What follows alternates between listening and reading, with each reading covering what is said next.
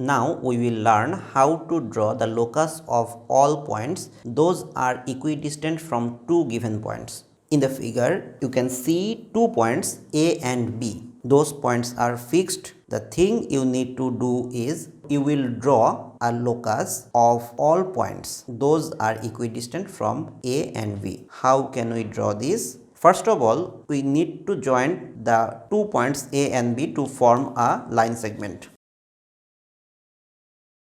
Next, place your compass like that and take a radius which is more than half of the length of AB.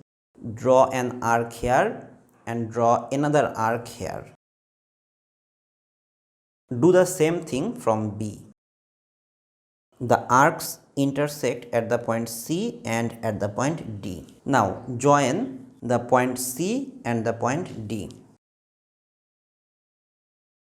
This line CD is the locus of all points equidistant from A and B. That means any point on CD, for example this point, maintains the same distance from A and same distance from B.